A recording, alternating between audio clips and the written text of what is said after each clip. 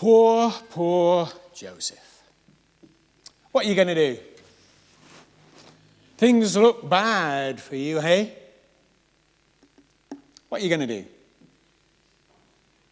Words from the musical Joseph and his amazing Technicolor Dreamcoat. The song at the point in the action when his brothers sell him as a slave and he's taken away to Egypt. And there he started to work for an Egyptian official who very quickly noticed that the Lord blessed the work of Joseph's hands. And so quite wisely, he gave Joseph more responsibility.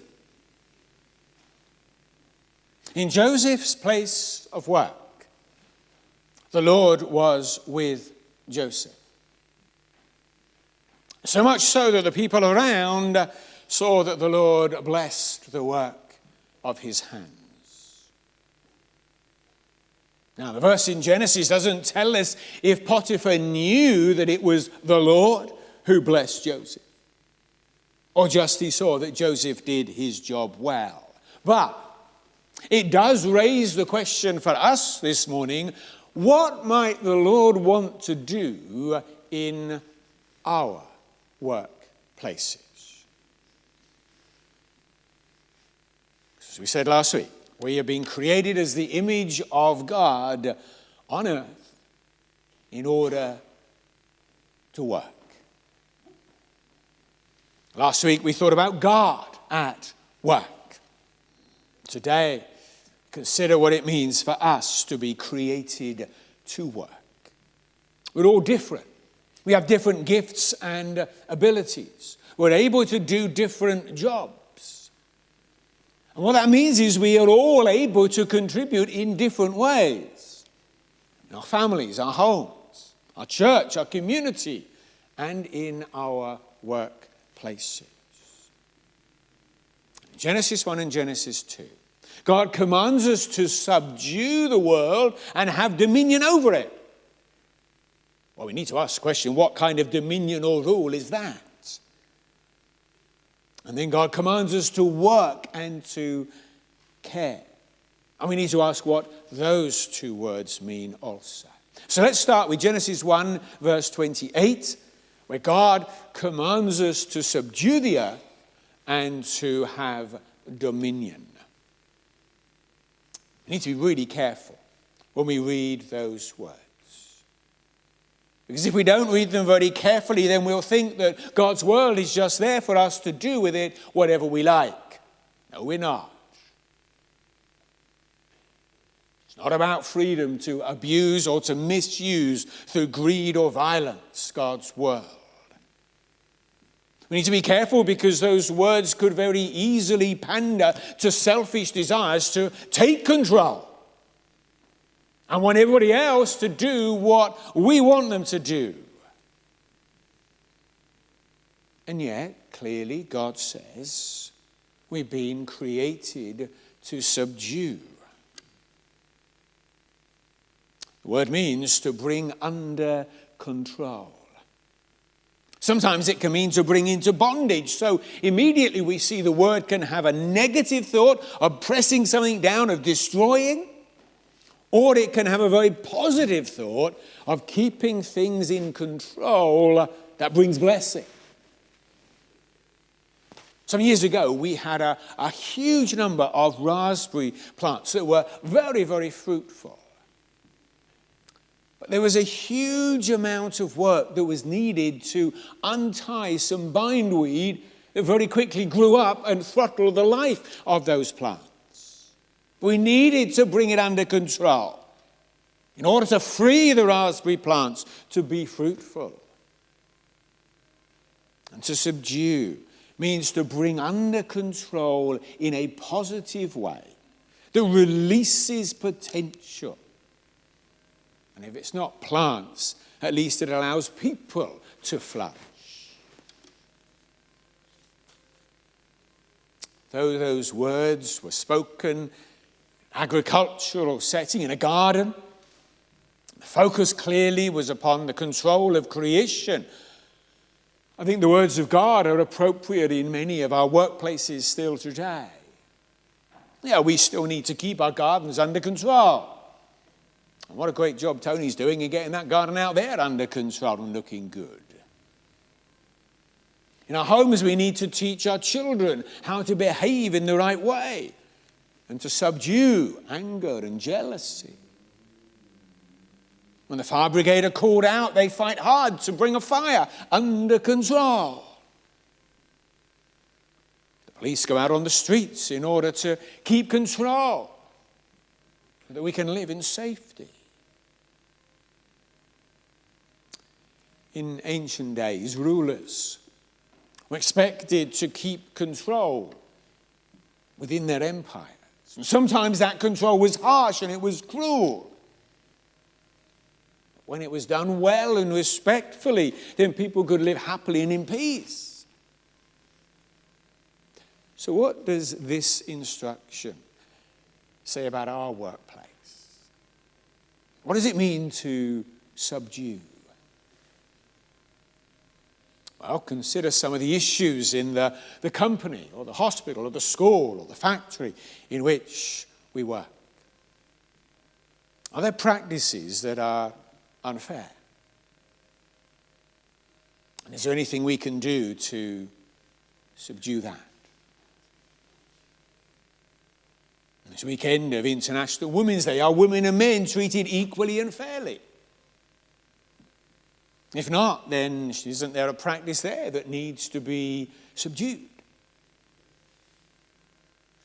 Or perhaps there might be bad payment practices. For example, if a small sole trader is not paid on time. I remember many, many years ago now, I did some part-time work for a couple running their own business in the same town where we lived. And I sat in their office for, I think, 4 afternoons a week so that she could take the dogs out for a walk. Well, that was fine. I got paid for it. I wasn't going to argue. But actually, all I was supposed to do was sit there and answer the phone if it rang so that they didn't miss an inquiry or a customer phoning up.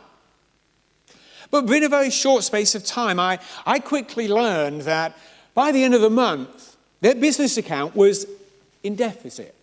And so they had bank charges and interest. I learned that they used to send out invoices with a request for payment within 30 days. And quite a number of people didn't. Interestingly, quite a number of the bigger companies. So I offered to send out invoices the day after a job was completed. And after 3 weeks, I phoned up some of these companies and I said, can I ask if you received our invoice number 123, whatever? I said, oh, yes. I said, brilliant. I said, when might we expect payment, please? And I explained we were a little firm. Do you know what happened? Within 4 to 5 months, the account was permanently in credit. And it changed the financial position of that small business because we managed to subdue bad payment practices. And so when we read that the Lord instructed Adam to subdue the earth, that's not just something for way back then. There are things in our workplaces that we need to think about subduing today. God instructed Adam to subdue and to have dominion. And again, we need to ask, what does that word mean? Because very easily that appeals to the desire within us for status, for power, for influence, to get our own way. In the cultures of the ancient Near East, people would often look up to kings as stewards of the gods who had been given authority to control. The fact was, no one liked a harsh, cruel, abusive ruler who oppressed. Therefore, we do well to ask, what kind of king, what kind of ruler is God? What does the Bible tell us about God's dominion? Psalm 93 says, the Lord is king, he's robed in majesty, he's girded with strength, his throne is established from of old. Then hear what comes next. The floods have lifted up their voice. The floods have lifted up their roaring. There's a sense of the oceans here in turmoil and chaos and threatening. And it says, but the Lord is more majestic than the mighty waters.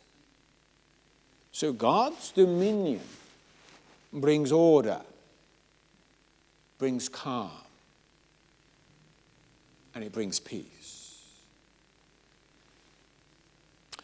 Psalm 89 says that God's throne is established in righteousness and justice. So God's dominion is one in which God always does what is right, what is fair, treating everyone equally. Take Psalm 95, it begins, shout for joy. And if we pause and say, why? Answer is because the Lord is a great king. If we ask, why is that a source of joy? Well, because this great king is our maker. We are the people he cares for. And we are the flock under his care. He is a shepherd king. So God's dominion is a watchful, caring shepherd dominion. Now the point is this, if that's what the Lord is like, and he is, then this is how we should exercise dominion in his world. With leadership that is compassionate, understanding, and responsible. So I want to ask this morning, are you a team leader? A manager? A boss at some level in the place where you work? How might you be able to model God's kind of dominion or leadership? Are you a husband or a wife? A parent, a grandparent, an uncle, an auntie? How might you be able to model God's kind of dominion or leadership? In church, do you help in jigsaw? Do you lead worship? Are you a deacon or a home group leader? Then how can you model God's pattern of leadership? How is it possible in your home? How is it possible in your service in church? And what about school, or the hospital, the office, the bank, the shop, the restaurant, wherever you are? How can you exercise dominion or leadership in this godly way? What might it look like? Now, please, I really want some of us to give that question some thought over this week. Because next week, we're going to make some time for us to share something of that. So if you are coordinator, manager, leader, boss, whatever title you might have, how might you model godly leadership where you are? And please don't be modest and say, well, I'm not really much of a leader or a coordinator. If you are, you are. And even if it's simply that you come and say to us, this is my situation. This is how I would like to lead in a godly way, but here are the challenges I face. That's fine, because then we will know. Then we'll be able to pray and support you in the place where God has put you for your everyday ministry. So please do think around that question. And come back next Sunday and be willing to share so that we can encourage and help each other. We're called to subdue and to have dominion. And I think both of those words have application to our workplaces today. Well, secondly, let's move on into chapter 2 of Genesis and see that God has placed us to work and to keep. In verse 15 we read that God put Adam in the garden. The two most important words are God put. This was no accident. Adam wasn't just wandering vaguely around in God's world and suddenly found himself in this amazing place. No. God took hold of Adam. God put Adam in the garden. It was intentional. It was purposeful. God put him there to work and to keep the garden. God put him there. And we too, created in the image of God, have been given dominion.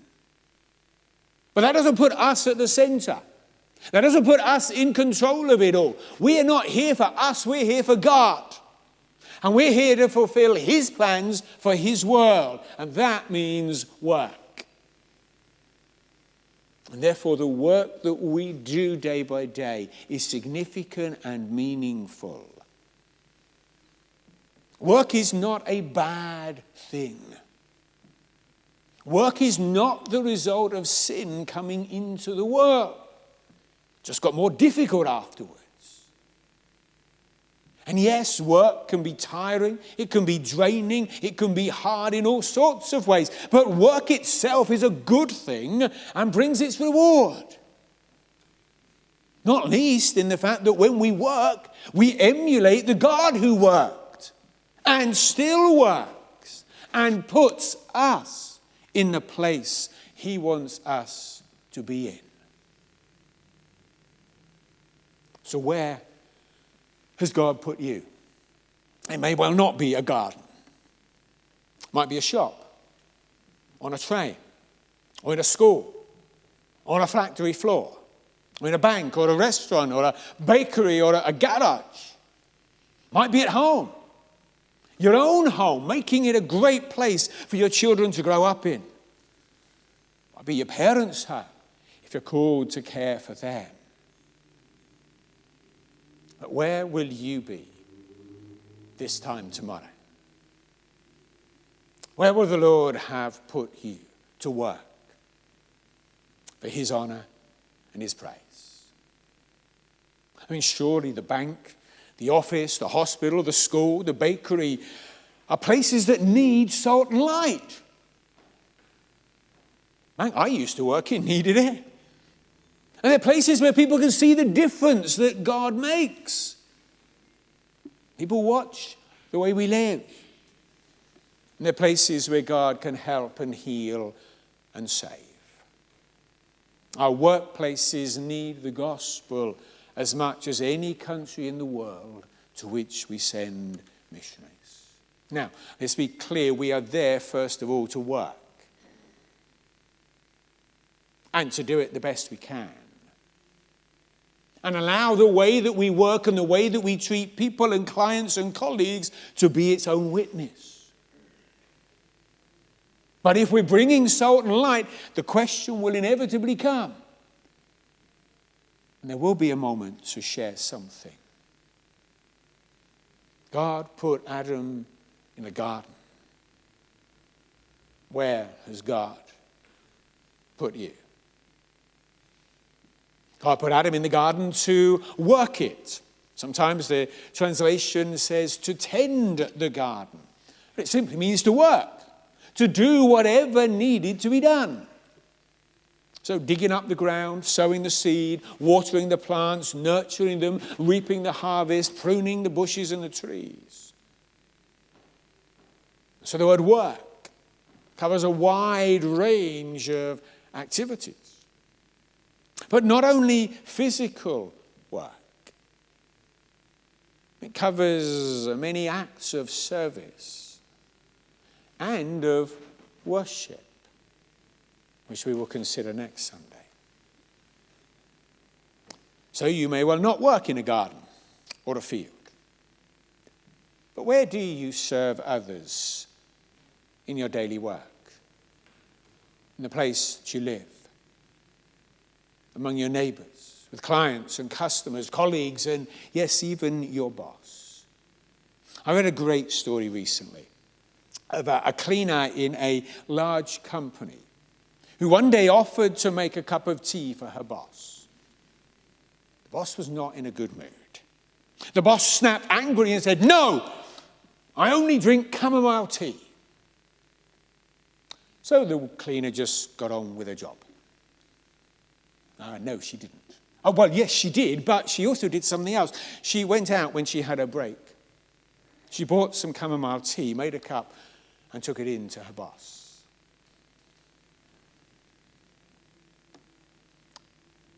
In many of our jobs, we have opportunity to do something for others.